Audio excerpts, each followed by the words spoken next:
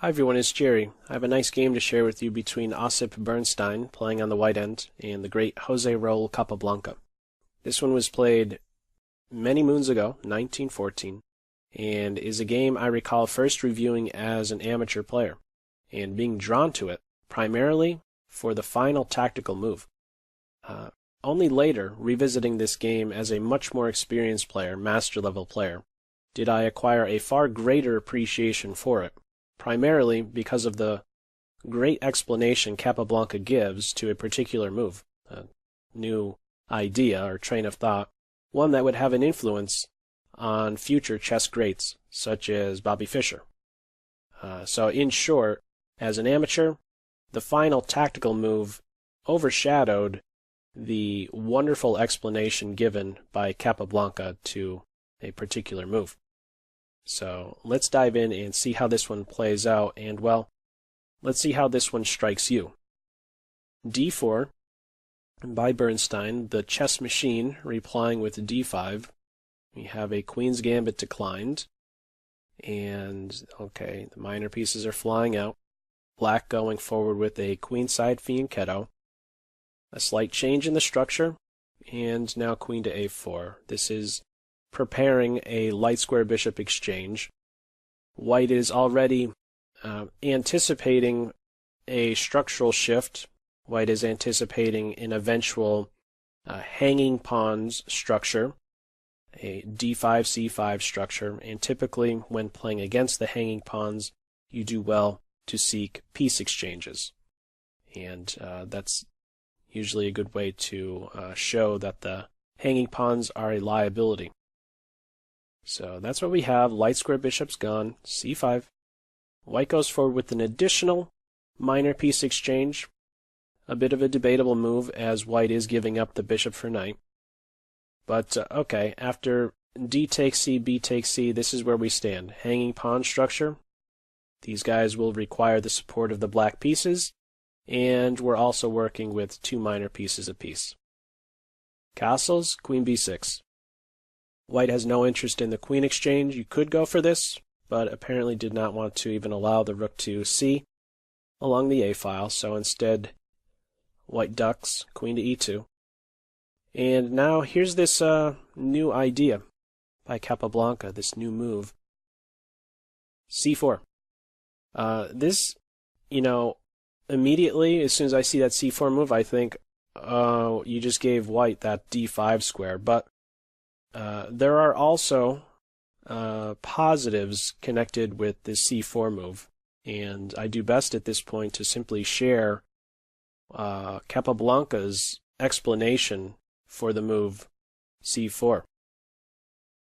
He says white's plan from the start was to work against the weakness of black's hanging c and d pawns, which must be defended by pieces. The general strategy for such positions is for white's rooks to occupy the c and d files, attacking black's hanging pawns, while black's rooks defend these pawns from the rear.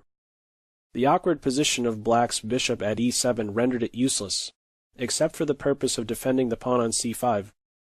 It is against such strategy on the part of white that the text move c4 is directed.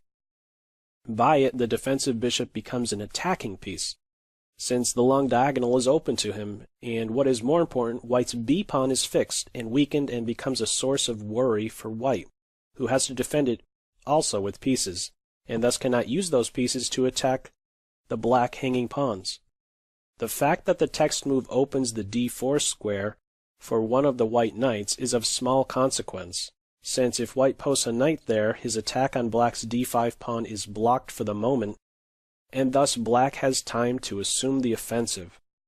I just find that to be a wonderful explanation. And this idea, this train of thought, had an impact on, as mentioned, Bobby Fischer. He's not the only one, but I've included in the description to this video a wonderful game that supplements very well Capablanca's explanation here regarding the hanging pawns and this c4 move. So feel free to check that out, especially if you happen to be a chess instructor reviewing this video right now and you want to discuss the hanging pawn structure. This is a must. this is definitely something to share. So continuing here, we have exactly this pressure against d5. It's defended. Knight to d4. So as Capablanca pointed out, you could post a piece on d4, but now there's less worry about defending the d5 point directly. So it's like you could do one of the two, but not both at the same time. You can either occupy d4 with the knight or attack d5 directly with the rook, but not both. Meanwhile, this b pawn has some pressure on it. It's a bit more of a static point, and well, also Capablanca pointed out that the bishop can now become an attacking piece. With c4 now in, he has a couple options. He's exerting pressure on the c3 knight. b3 is the follow-up. Rook on a to c8. Chop, chop, and now we have a passed pawn. C pawn. This is an equal position, but yeah, it's white who has to be a bit more careful.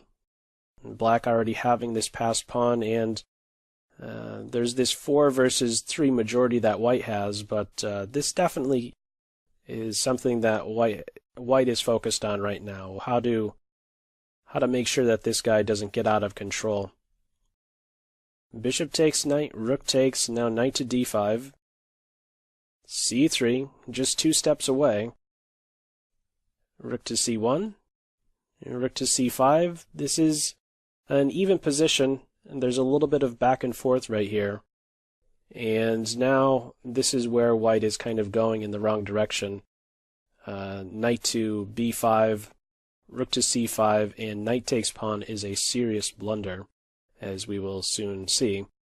Better for white at this stage is to simply return to the d4 square and come up with something else, sneak in a flight square soon, hopefully. But yeah, at this stage, white goes straight in for this capture of the pawn, which allows this final tactical sequence, this final key blow in the position. And it follows with knight takes knight, rook takes knight, rook takes rook, rook takes rook. And quick pop quiz to you. There's just one move black plays from this position, and white throws in the towel. And this is a position, I believe, multiple tactics books, they share this position. And yeah, it's a really good one. So if you'd like to, go ahead, pause the video. What would you play here as black? Okay.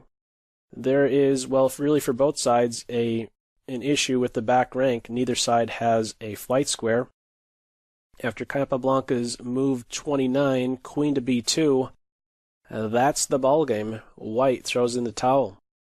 Why? Well, queen takes queen, runs into mate. What other variations to consider? Queen here, defending the rook, allows queen takes rook, and mate right around the corner. Just 2 other quick variations. Queen to, well, let's try this one first. Rook c2 can be met with queen b1, and then you simply pick up the rook, and then soon the queen. And lastly, if, let's say, queen c2, a couple of good things to do. You could take the queen, and if she's taken back, give mate, or you could simply force mate after queen to c2 with queen a1, and after the queen block, we play rook d1, and that's going to be mate. So as mentioned, I thought that as an amateur player this was really cool, but only later, as a much more experienced player, did I have a much greater appreciation for that little dialogue, that little explanation regarding the hanging pawns and that key c4 move. So anyhow, feel free as usual to leave any feedback to this one. Let me know what your thoughts are, and I will catch you in the next video. That's all for now. Take care. Bye.